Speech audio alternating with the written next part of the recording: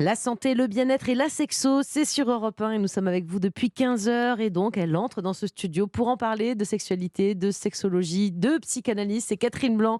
Bonjour Catherine. Bonjour Mélanie, bonjour Jimmy. Jimmy, on va répondre à cette question avec Catherine, mais vous allez nous la lire peut-être cette question pour Bah, une avec grand fois. plaisir. Allez-y. Mon mari a obtenu il y a quelques C'est la question semaines de qui? Parce que vous n'avez même pas dit qui posait la question. la question de Sabine, pardon, Là, je très bien. m'excuse Sabine. Mon mari a obtenu il y a quelques semaines un nouveau poste avec de hautes responsabilités. Il travaille énormément, il rentre tard les soirs et n'est plus souvent présent les week-ends. Or, j'ai remarqué que depuis, nous n'avons pas eu de relations sexuelles. Est-ce lié? Catherine, notre libido, elle peut vraiment dépendre de notre emploi du temps ou pas? Bah, évidemment, enfin, c'est pas de notre emploi du temps, c'est de la charge émotionnelle, la préoccupation, de l'inquiétude que nous gérons, nous tentons de gérer, d'apaiser au quotidien. Il faut une disponibilité grande pour pouvoir faire l'amour, en tout cas suffisante.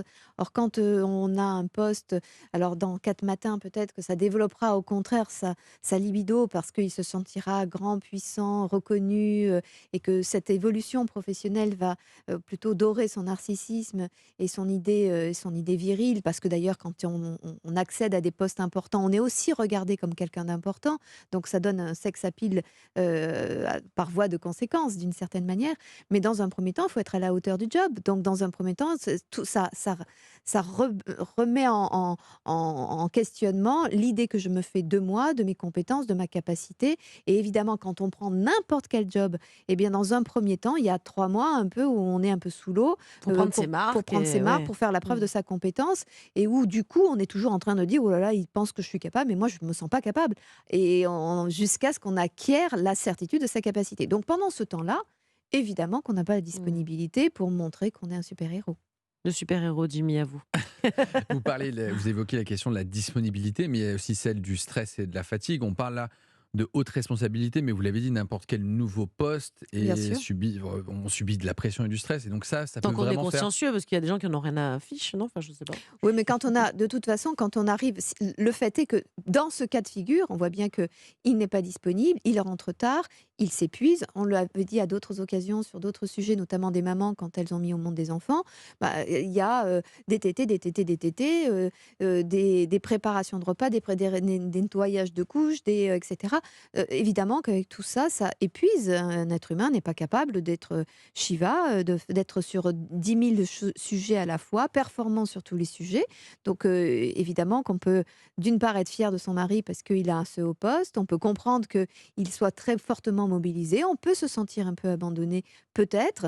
Mais encore une fois, il faut attendre aussi que le temps passe suffisamment, Mmh. l'accompagner et lui faire confiance, puisque c'est justement de cette confiance dont il a besoin. Alors, vous disiez que c'est peut-être la fatigue, le fait d'être préoccupé, comme ces femmes aussi qui souffrent de charge mentale à la maison. Et quand on prévoit le vaccin du dernier, le repas, le machin, Bien sûr. on est moins disponible. Mais est-ce que c'est pas aussi peut-être parce que le travail, ce travail-là, ce nouveau travail, il a peut-être pris la place du sexe dans sa libido? Est-ce que peut-être qu'il prend tellement de plaisir au travail qu'il a plus besoin de plaisir charnel? Je sais pas. Alors, c'est vrai que quand nous travaillons, dans le meilleur des cas, eh bien, nous y mettons toute notre ambition, donc tout notre désir.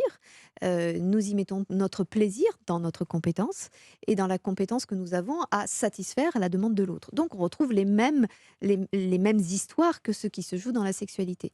Et parfois, justement, nous y mettons beaucoup de notre libido, parce qu'on a besoin de toute cette libido mise au service du travail pour pouvoir accomplir la tâche, jusqu'à ce que l'on puisse découvrir que notre libido, on peut la segmenter dans des tas d'autres domaines. Donc peut-être en effet, pour l'instant, il est dans la jouissance, la jubilation et la jouissance de ce qu'il est en train de mettre en œuvre, bien que j'aurais tendance à penser que dans un premier temps, c'est plutôt se mettre à la hauteur d'eux plutôt que d'être Ouais. déjà dans la jouissance. Jimmy? Et peut-être essayer de couper avec le milieu du travail, un week-end ou même l'espace d'une soirée, le temps que le désir revienne et que la libido reparte.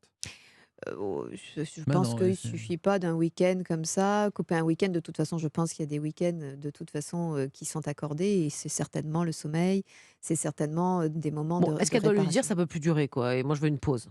Ou c'est trop. Non mais C'est un peu brutal.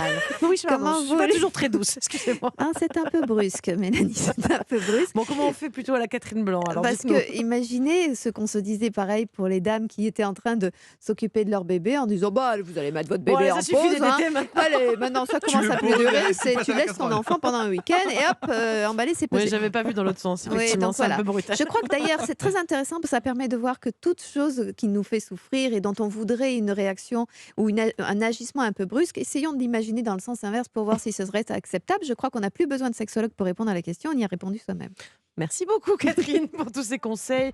J'écoute tout avec attention. Merci. Plus de douceur, plus de compréhension, plus de dialogue. Oui, d'accord. Merci. On se retrouve bien sûr demain. Voilà, c'est la fin de cette émission. Demain.